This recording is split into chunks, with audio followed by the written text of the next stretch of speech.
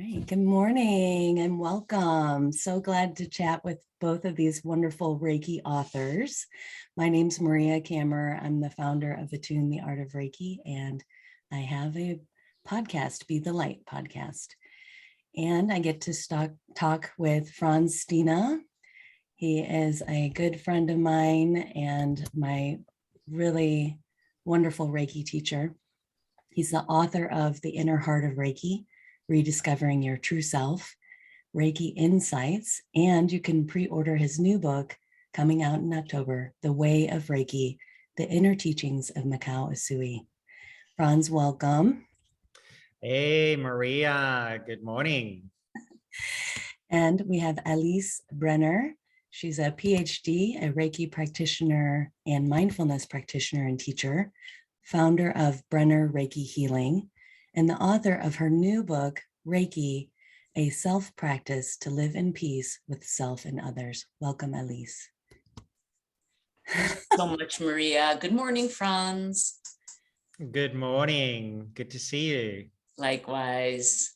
Congratulations to both of you. I'm so excited for you. And there's many people already reading your book, Elise, because, wow, such a big deal. And Frans, I've read so many of your books, and I continue to kind of revisit them as well. They're really just full of so much wisdom. Thank you.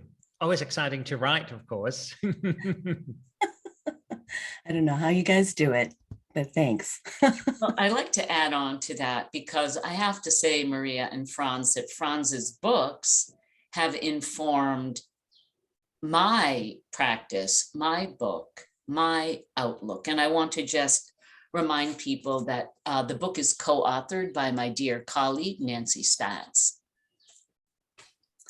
Thank you for that. Thank you for that. Yeah.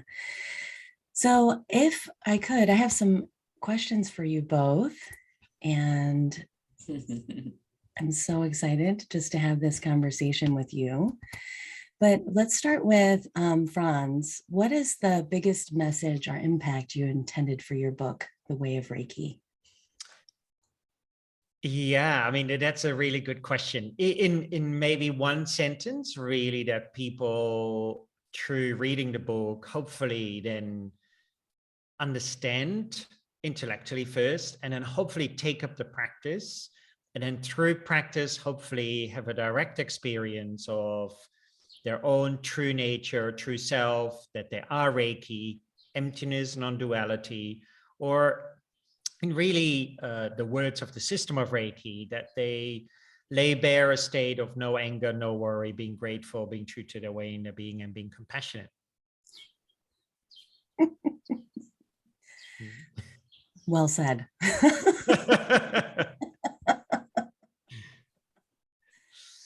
Wouldn't that be lovely if we could all be more compassionate? I think, and well, particularly these days, I think it's so necessary, you know, with all the stuff that's happening in the world. And you know, ultimately, I've had many discussions in the last couple of weeks, of course, about all of these. And yeah, ultimately, it first of all starts with ourselves. You know, we can, of course, we can send healing to anything, but the first point of call is really that we feel calm and centered and compassionate ourselves, because, you know, if I said the other day to someone, if the moon can influence us, right? If we feel, oh, the moon is really influencing us, then of course, one angry person can influence something. Thousands of angry people, millions of angry people can even influence the whole world. So therefore, the peace of the world depends on our own inner peacefulness. I think that's a wonderful thing to feel yourself, that, you know, your inner peace is really important and impactful on those around you. Yeah, absolutely. Yeah. And that for me is also, yeah, again, a layer of my book, what I try to convey, that it is so important to not just know all of this intellectually, but sit on our butt, do the practice, and really gain a deeper insight of the system of Reiki. Because normally, you know, when we talk about Reiki, people say, oh, that's hands-on healing. But for me, that is really a tiny aspect. The real aspect is laying bare your true nature, that you are Reiki, that you are the precepts, you are that great bright light, and that we can really bring that in all we do in our daily life. Beautiful. And Elise, your book, can you share with us the biggest message or impact you intended with your book? I would love to. And it's so easy now to follow Frans' response.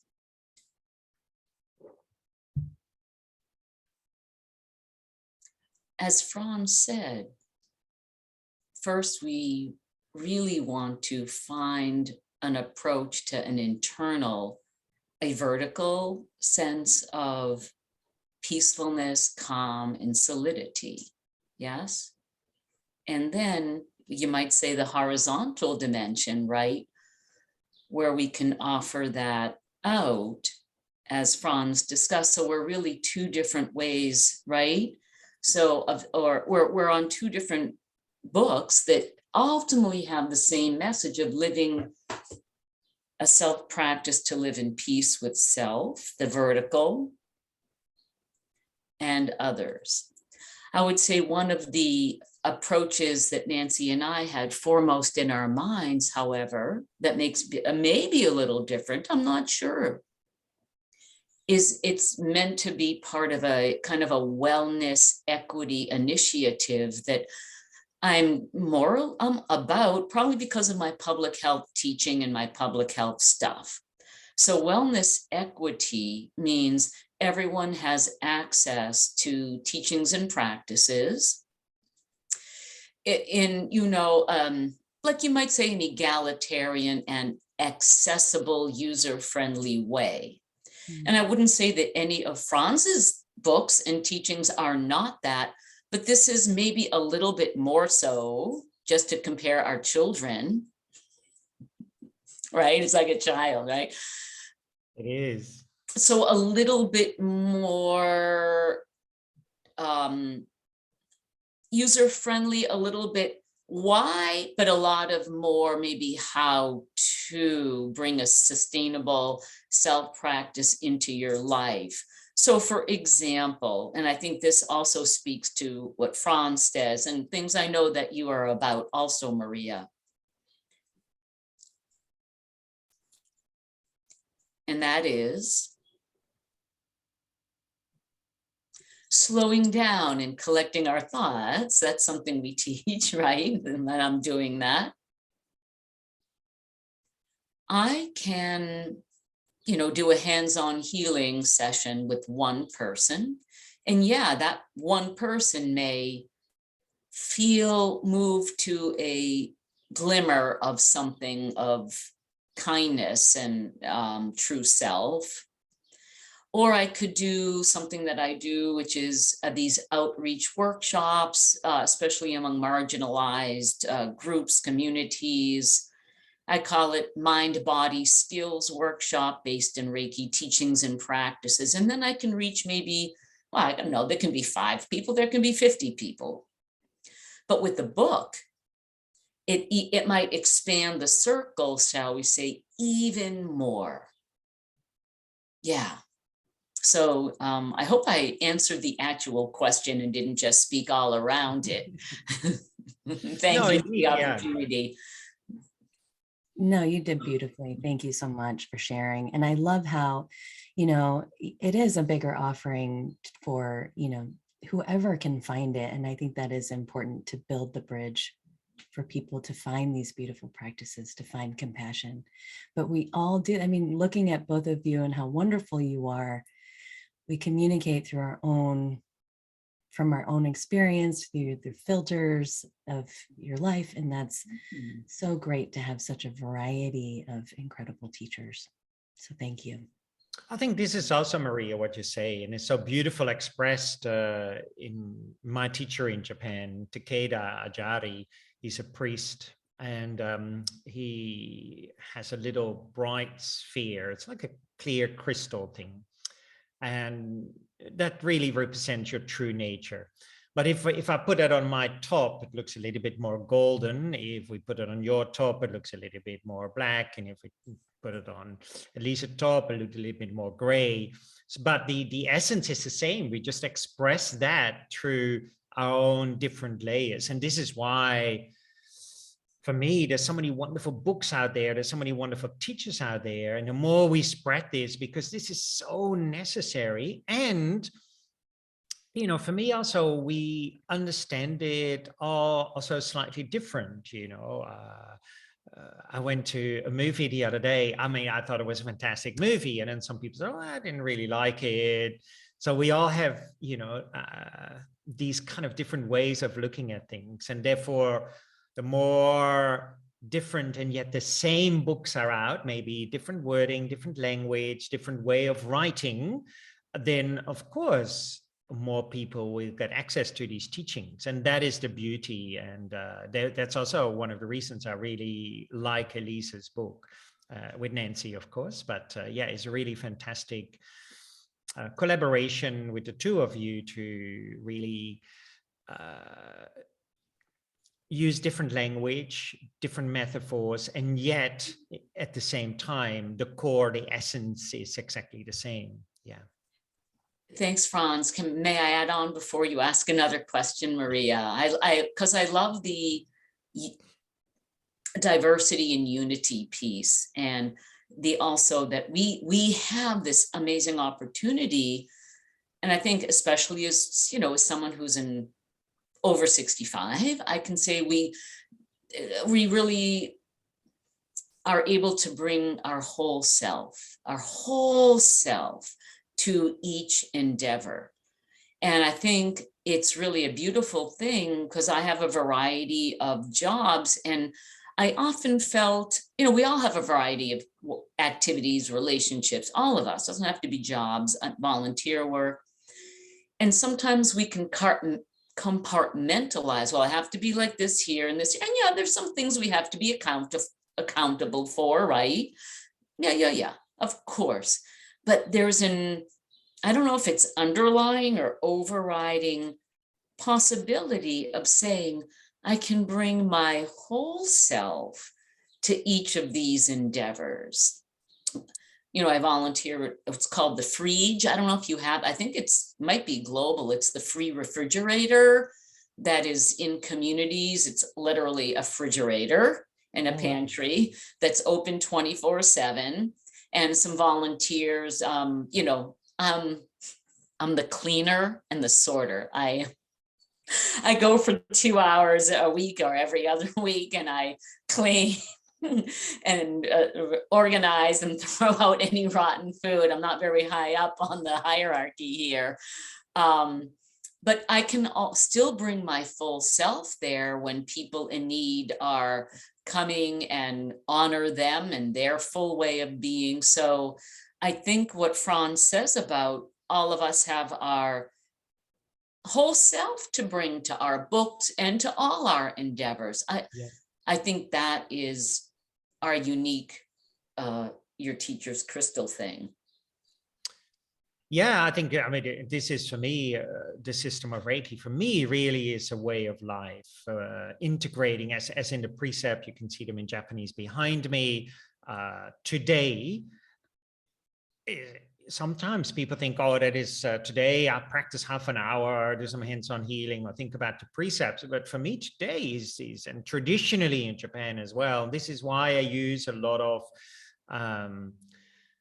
quotes and teachings from Japanese spiritual teachings within my book to show the background of all of this. For me, for me personally, when I base it on that, then we get also a much clearer idea what Mikao was trying to teach. He wasn't trying to teach some other model, but really base his teachings on Japanese spiritual teachings. And this is today, traditionally in Japan, is in every action we do, bring this luminosity, this kindness, this compassion, this being grateful, no anger, no worry.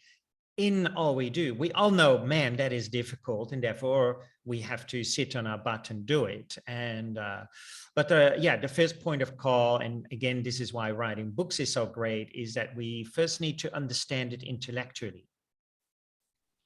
You know, I'm not a good cook, but so therefore the first point of call for me would be picking up a cookbook, right? Else I make a mess of a cake. If I make a cake, it will be a mess. So the first thing, I pick up a cookbook and then I read it. Then I need to buy the right ingredients, have to put the ingredients in the right way. I also can't just chuck them in all in a pot and imagine that some wonderful cake comes out. I need to put it and do it in the right way. And then we have the cake. And then when I have the cake, I even can go to the neighbors and share the cake with people. So for me, this is the same as the system of Reiki. Yeah. And I know, Maria, you have questions, but you know, every Frans, something you said really goes back to one of what we both said essentially already. I just want to underline it, is that I and you and Maria and all of us and any listeners, we can't live in peace with others unless we first practice finding that peacefulness within ourselves. And then it's there, but you know, as I learned from Frans, and we learned from biology and anthropology and public health, we cover that up with the layers of conditionings. And Frans talks about this, and the public health world talks about this in terms of the adverse childhood experiences study, where our health on all levels is undermined by traumatic experiences. It could be ethno-racial trauma, it could be historic trauma, and it lives within us. And that's a big slog to go through, like a lifetime. I'm still, you know, working on some historical trauma that many people have helped me work through. And yeah, so, but we really are not able to shine that light fully until we do the practice. And I have one last thing to say on this. I've had students say, well, it's going to be a long time until I'm perfect. I'm like, no, we don't. I probably learned this from somebody, so total steal here.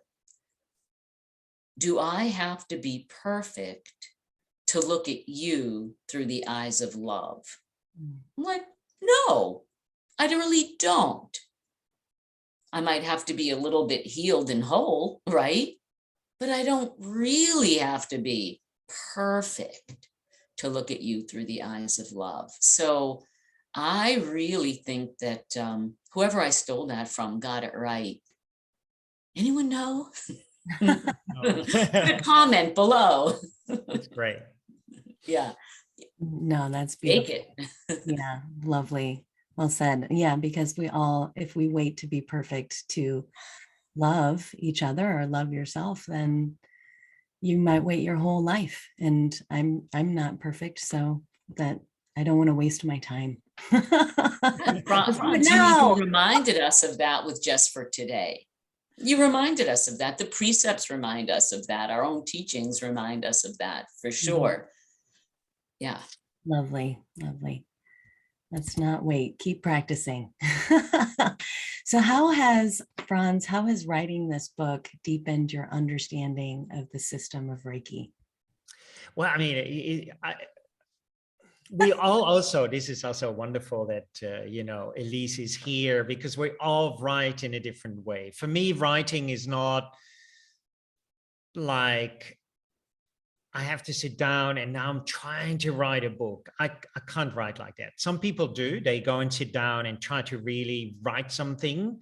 For me, it's first percolates a year, 2 years, 3 years, I don't know. And then suddenly I feel, yes, now it's ready to come out. I sit down, I lock myself in my house, and I write from 6 a.m. till late in the evening, have a couple of breaks, and then and maybe very quickly a book appears. I don't know. So that's how I do it. The other day, I made a very funny comment to someone, and I said, "Frans, are you excited about your book?" And of course, I'm excited. But and they said, "How do you write, and how do you see this?" Okay, this is my view. This is okay. Might be a bit out there. I said, like, it's like going to the toilet. You know, sometimes you don't have to, but when you have to go, you have to go. And then, you know, so then you go to the toilet, and then you flush it, and it's gone. So for me, my writing is, when I have to write it, I do the same with articles or blogs. I feel it, and suddenly it has to come out. I have to sit down, write it, and then I let it go. So I'm not a person who is reading it again and again and again and again and again and again to readjust it. That doesn't work for me. That would drive me absolutely crazy. But I know writers who do this.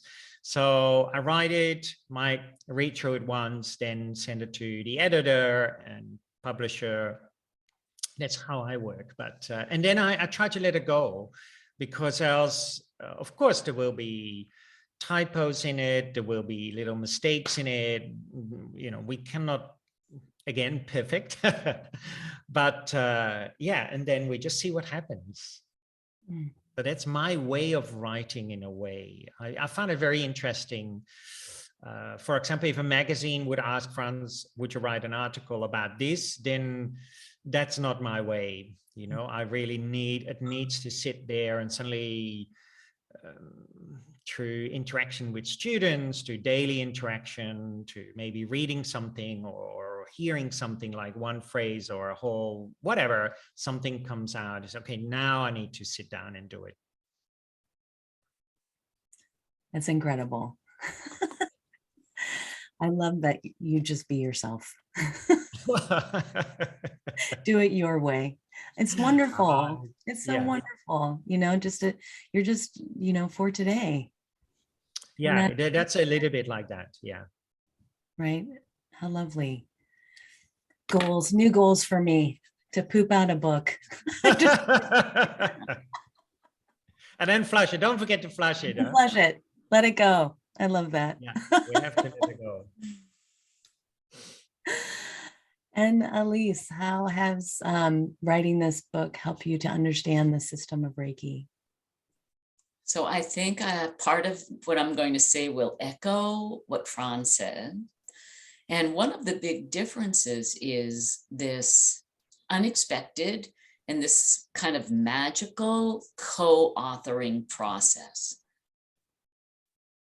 Especially because I'm an academic, and this is not an academic book, right? It's not an academic article. So the magic happened, and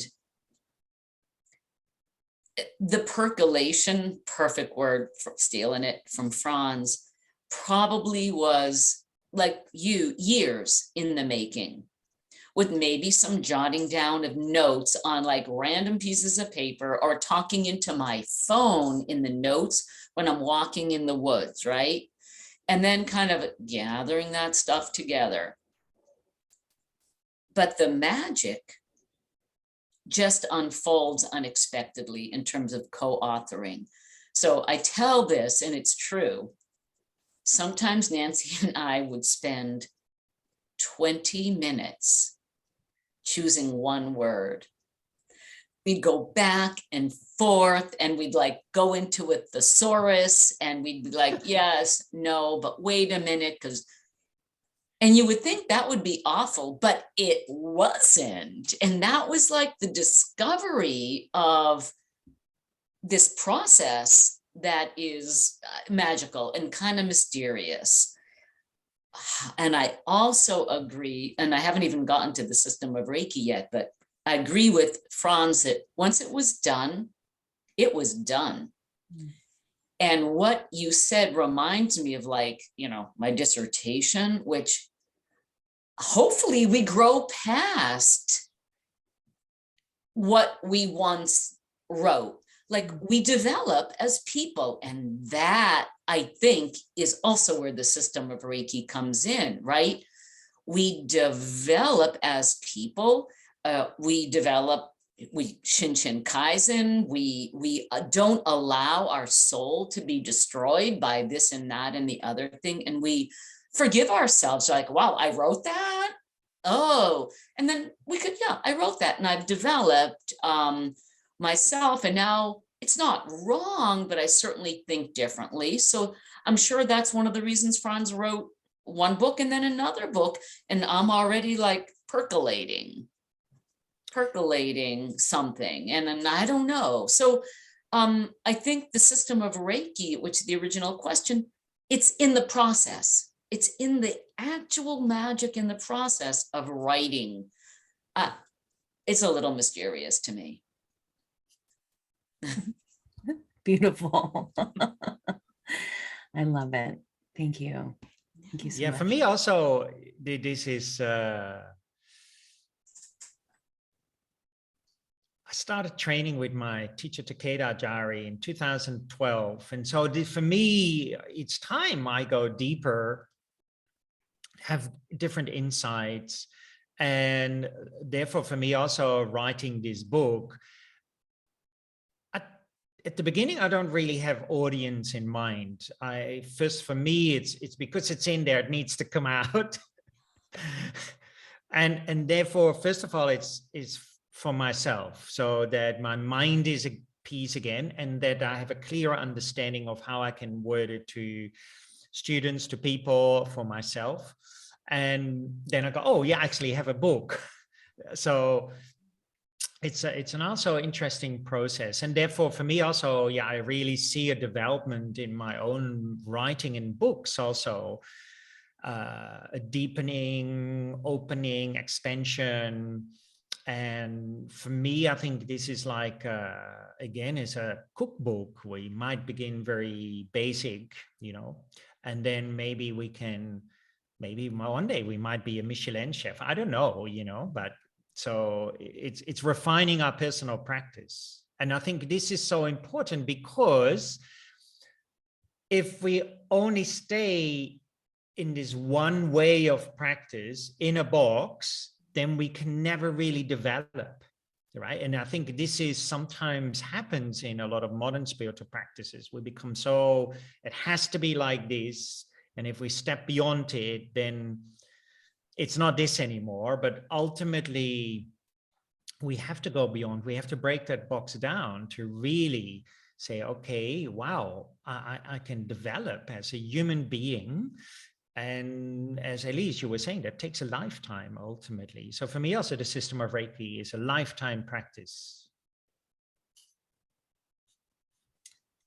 Well, thank you both really for taking it in and being able to, it sounds like in a way you take your life, you take it in and you digest it, you're taking the wisdom and then you're sharing it with other people. And then you let go of all of the other stuff through a beautiful system. I like that. Thank you. Thank you. There's those levels of nourishment and rediscovery of within one's being. And then like that horizontal part, right? That allowing the flourishing and moving beyond limitations that we all get, tight and constricted to, like expansion. You talked about the spaciousness. I mean, yeah, that's ultimately, I think, thanks for telling me, that's what I want from the book as well. Yeah. For the audience. Yeah. Well, we're so lucky we have such a lovely system of Reiki to work with. It has so many possibilities. Yeah. Yeah. So Frans, has your experience of the word Reiki or understanding of just the Reiki, like your true nature, I mean, I'm sure just from what you're sharing, it's changed over the years, right? Definitely, yes. I remember when I first learned Reiki many, many years ago. It was just, some energy, and I was taught it hangs somewhere, God knows where, but it hangs somewhere. And to really realizing, well, from a Japanese perspective, it really means your inner great bright light, Buddha nature, whatever we call it, right? Sometimes I think also we get so caught up with these labels. For example, today I was thinking, I'm a dad, I'm a son, I'm a Reiki teacher, etc. I'm all these different things. So there's different words, and yet my personality doesn't change. It's still the same person. And so we have all these words like Buddhahood and great bright light or being Reiki. But for me, that was never enough. For me, that was still a very dry concept intellectually. And this is why I really like working with my current teacher and teachings, because for him, it's really Frans. Yeah, you can talk about it till you're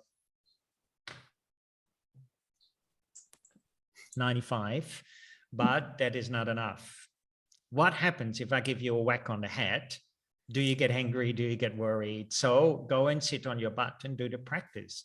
And so therefore, also for me, through the years, not only the intellectual concept of the word Reiki has changed, but definitely also my inner understanding of what Reiki really stands for. And for me, this is when we start to do this as a practitioner or a teacher, then the system of Reiki starts to blossom in a very different way. It becomes something really, really different.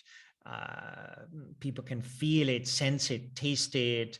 And this is, for me, if you would look at my bookshelf, most of my books are from teachers either in Zen or Japanese Buddhism or Tibetan Buddhism or Taoism, from teachers who have had this direct experience of great bright light, Buddha nature. And for me, their writing is just so clean and clear and direct that I don't often get that from a lot of modern books.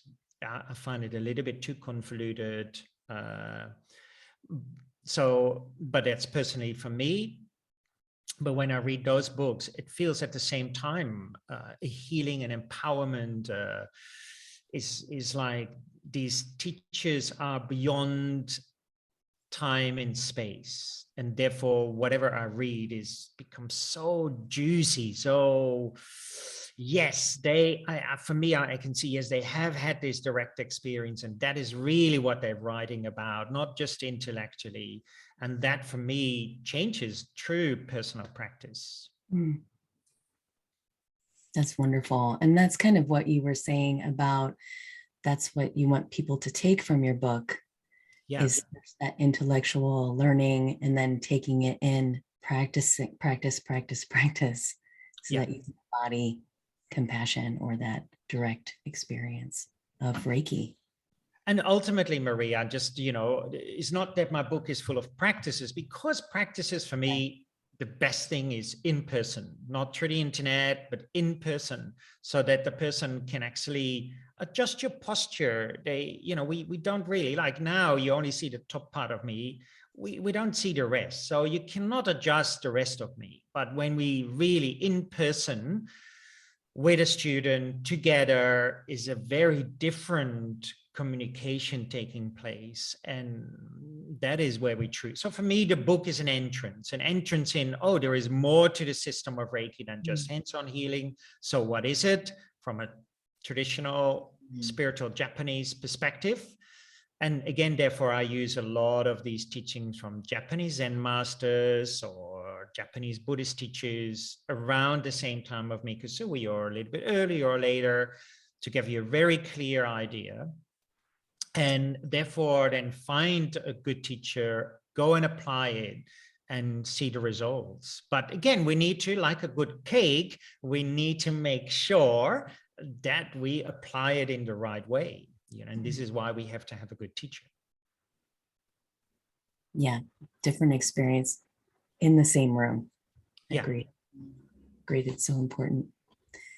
And Elise, how about you? Has your understanding of Reiki changed this is an amazing question, and I love what Frans offered. I have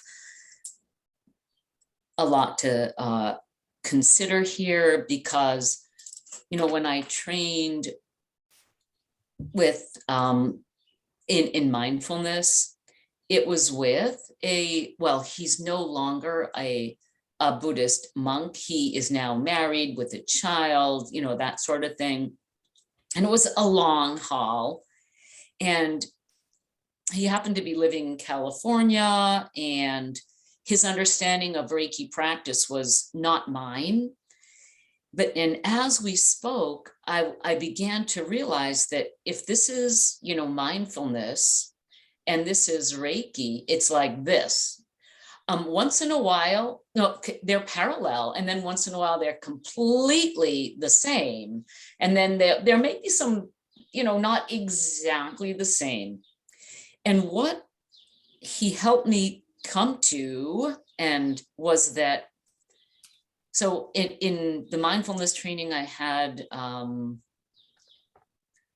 we say there's no there. Okay, so in other words, is there a place that we're trying to get to? Is there a there? Okay. And it's yes and no, right? In any given practice, there isn't, in any given practice space and sitting, there's really no there.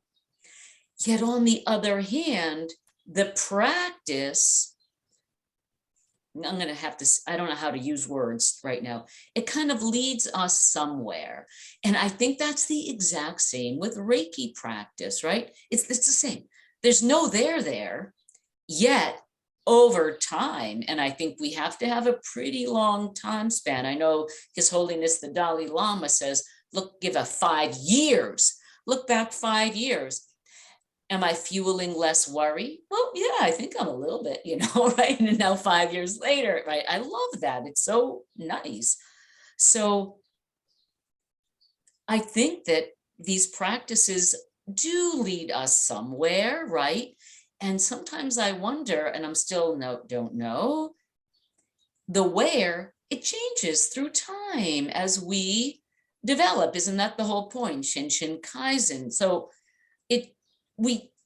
our relationship to our own experiences changes. It changes through the process of the practice. It's like looking at the precepts for the first time. Like, oh, that's so simple, right?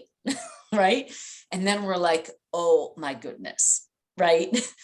They're deceptively simple, right? And we're like, whoa, wait a minute, there's this layer in the precepts and there's this layer in me. And yeah, so there is somewhere, and that where maybe has changed for me through time.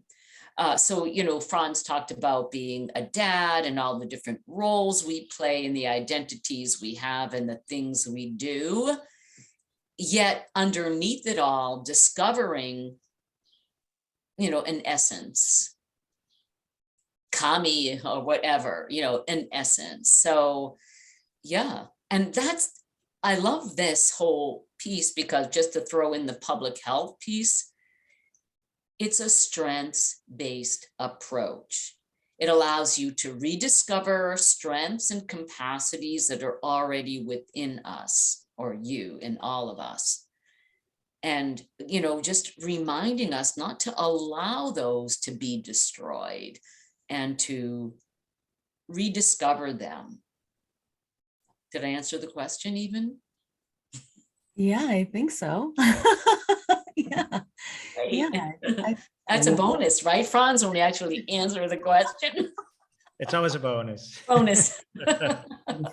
Gold star. Yeah, I think, talking about Reiki, and at first it's so outside of yourself, and then it's really becomes an empowerment, your own strength, your own resources within you, which can change if you are a whole person and you're accessing yourself. Then you can be fresh in the moment and bring what it needs to come forth. And, you know, did you find this? I'm going to ask you a question.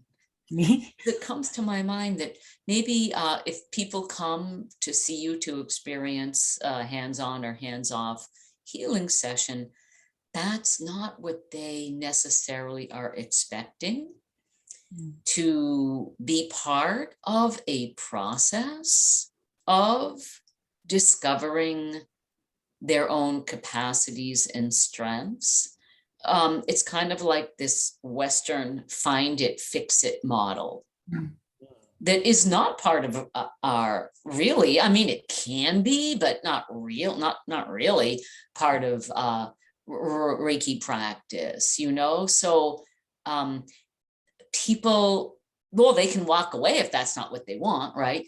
But usually I find they're like, oh, so no one's ever spoken that language to them before. Yeah. Which it makes me a little sad, but is the way it is. It's the West is, we've created a very sick society, I'm sorry to say. I think that you're right. You know, people have often said to me, the system of Reiki is so much more than I thought it was. Yeah. You know, they came for somebody else to fix them. But if we're really practicing for ourselves and for others, then it feels, you know, that, no, I'm here to remind you of who you are, and which is compassion. No need to be perfect, like you said earlier. And in that place of compassion or openness, then they can let go or of what they're holding on to, right? And remember and feel that for themselves, which is so much better than my little mind could make up. And so I just try to get out of the way, you know, for people, and just try to be there really for today only, or for them. And I think from that place, then it's free for, you know, for them, their healing is free to be what it needs to be. Doesn't matter. It doesn't have a measurement or a limitation, really. So Yeah, the limitation we only put on ourselves as well. Yeah. The other day I had a client, and she is a psychotherapist, never had a Reiki treatment. And after the treatment she set up, and she was a little bit, in a way, shell-shocked in a way. And she goes, I feel this tremendous amount of happiness, and it doesn't have the way she was saying it. It's not coming from something external, something what happened and then make me happy, you know, from a cup of tea or someone who says something. It is somewhere from deep inside me. I feel this tremendous amount of happiness, and it has no boundaries. And then a week later, she wrote me an email, said, I'm still feeling it. I'm still feeling this. But again, everybody's different, you know, and this is also, we need to understand the ripeness of a teacher, the ripeness of a client, of a practitioner, is with everything in reality. And this is why I think also we have these different books and different audiences. Depends also on the ripeness of what we're ready to listen to, ready to hear. Sometimes people say, when you tell them you are this great bright light, they go, what are you talking about? I've been in the dark for 20 years. I don't have it. Of course they have it, but it's just because for themselves, they mislaid it somewhere for many, many years. And therefore they might not believe that if they read it. They first need to see it maybe from somewhere externally, and say, oh, that light needs to come from a teacher or from a practitioner, or someone needs to give it to me, or it hangs somewhere up there. But in reality, then when we practice more, and this is again, that changing over time, and it has to change. If it's not changing, there's something going on. We have to really investigate that. If we keep saying it hangs over there, or it's from some external source, then we really have to check what we're practicing. And then slowly we realize, shit, I've been it all along. I've just forgotten. And what is you have noticed, I'm sure, the collective you and listeners too, is that sometimes, I'm going to say this, by the time maybe someone has made the decision to come for a Reiki treatment, they have given their power away to different, practitioners of all levels in the healthcare system, or complementary and integrative. And this is what they might expect. They expect, once again, here's someone that's gonna, externally do something to me, on me. So yeah, they are especially, you might say,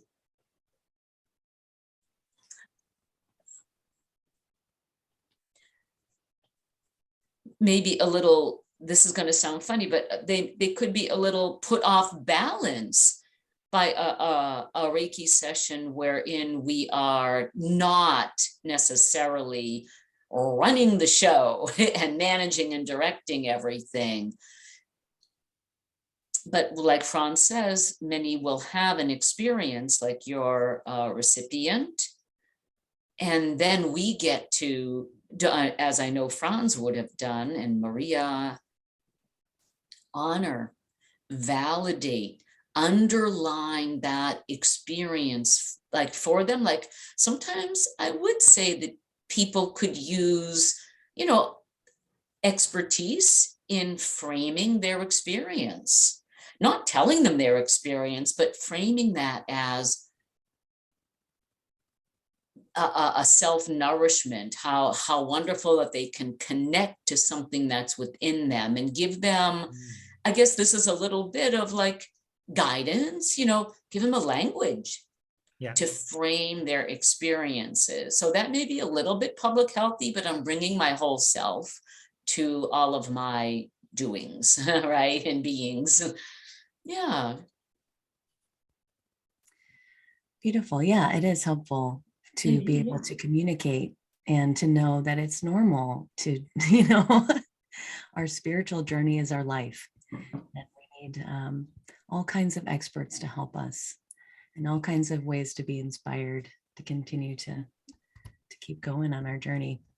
So we have a few minutes left, and if possible, I'd like to ask you another question, if you guys are up for that. Yeah, I'm fire away, Maria. Yes.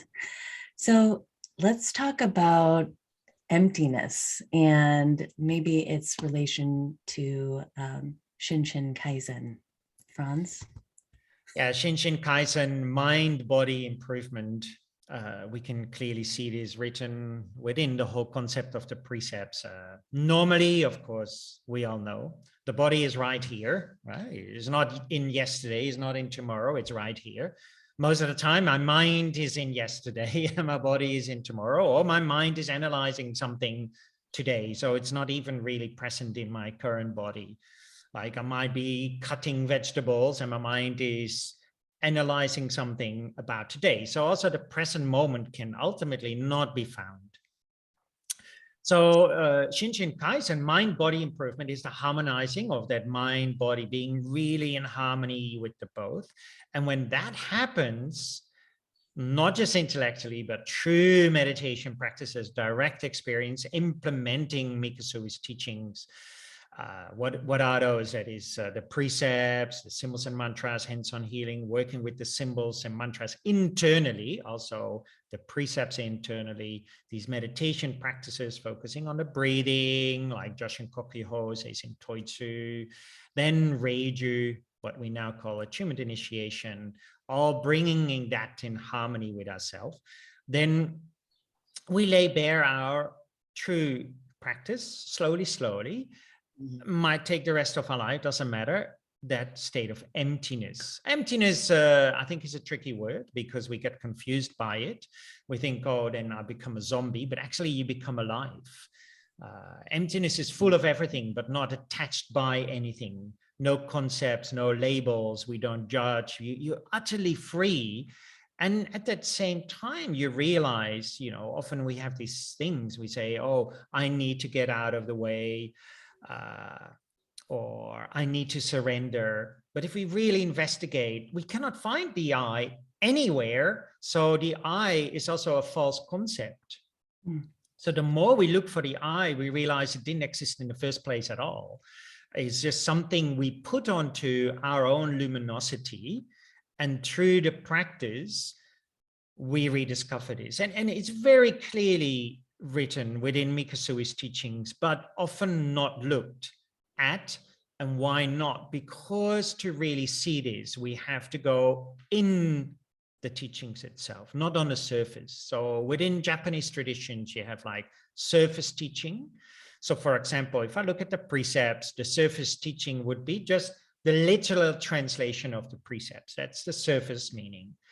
If we stick to that, we never see the inner meaning, right? The inner meaning is that, for example, we have in Japanese spiritual practices, the 6 paramitas, the Eightfold Path. And for example, we might say one of them is right action, right speech.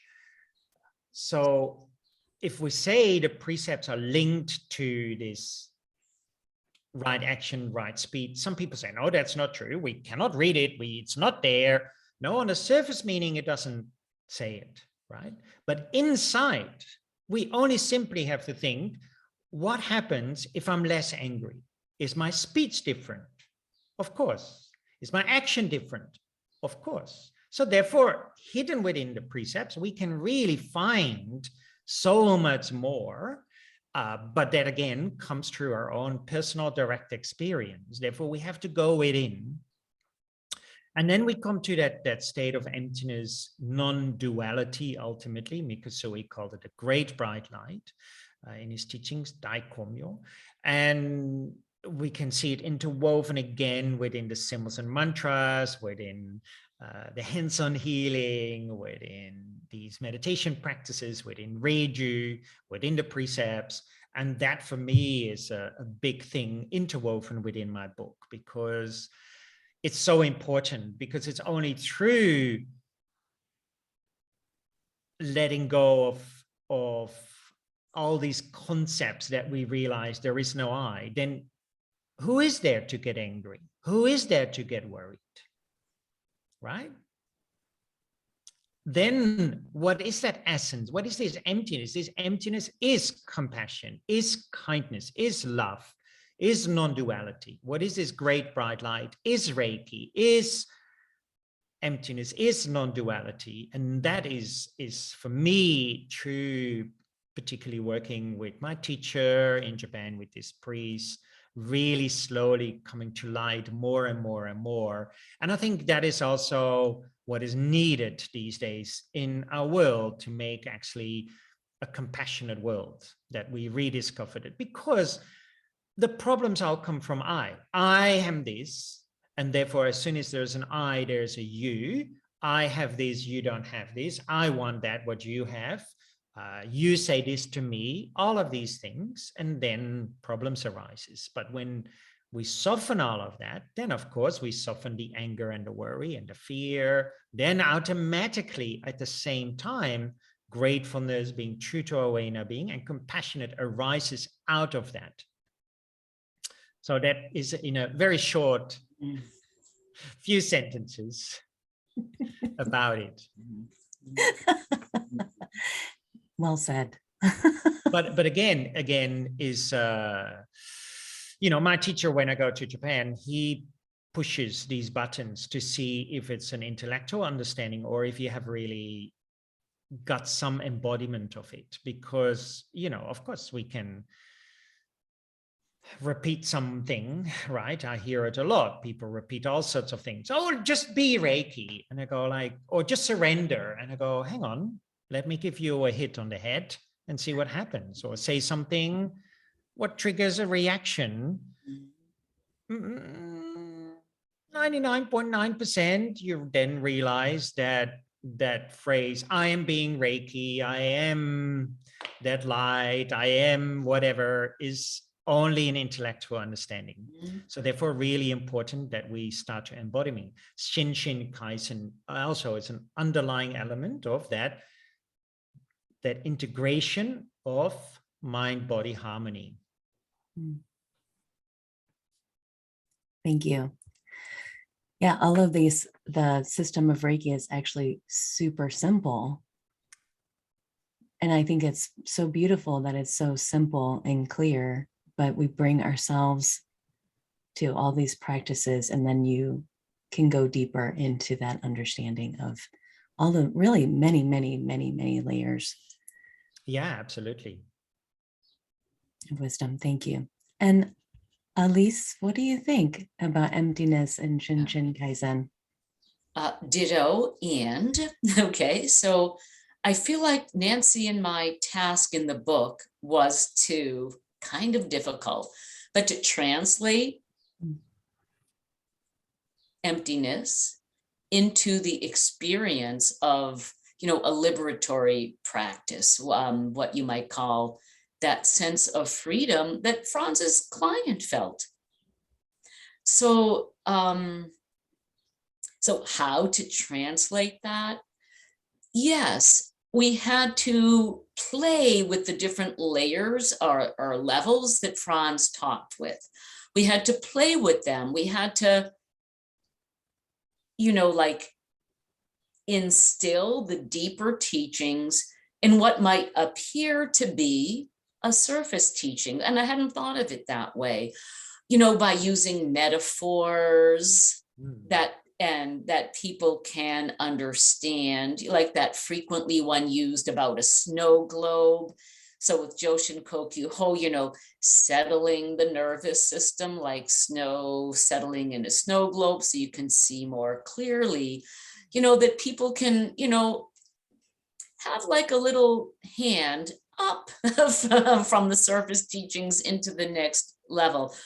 We probably would never use the word, emptiness, or talk about the four abodes, like in Buddhist psychology, and, many of the words, that Frans used and these teachings. But if you read the book and you already know them, you can see how we try to embed them in a way that's really user friendly. So ditto and that. All for liberatory practice, including compassionate action for social justice. So one of our chapters is about that. And I know we're going to be running out of time, and I'm perfectly happy to,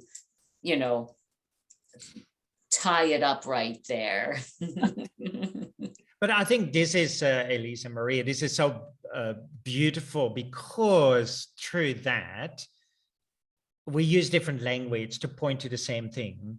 And that is so beautiful, because some people are really, I want to hear this and through this kind of language, or I want to see it through that kind of language, or through that kind of language. And therefore, for me also, there is no competition. The more these teachings are out there in all sorts of different ways of writing, or expressed in different ways, the better it will be. The more people we reach as a whole to really point to the same truth. And I think this is so beautiful to see, like how you and Nancy are writing the book and how I write a book, different, and yet the message is just same, just different language, different metaphors, different ways of looking at things. And that makes it exciting. Yeah. Yeah, beautiful. And I liked how the sun, you invited the sun right there. Can you see your screen, Frans? Yes, it's getting a bit bright here suddenly. Perfect. Good one. It's a sunny day. Great bright light. Great bright Well, light. yeah, and if we're all the great bright light, then we have our own little flavor to that, and it's really Absolutely beautiful. And that yeah. we just shine in our own way, and how wonderful to have that freedom. Thank you both for meeting with me today and sharing about your books. So Frans, Stiene, your book is coming out in October, and you can pre-order it. Yes, you can pre-order it. And Elise, Brenner co-wrote with Nancy Spatz. Spatz. you. Thank you so much. It's out and it's hot on in your nearest bookseller. And thank you both for sharing your wisdom today. Had the Thank you, best time. Maria. Thank you, Thank you, Elise. Frans. So great to see you. All right, talk soon. Talk soon. Be the light.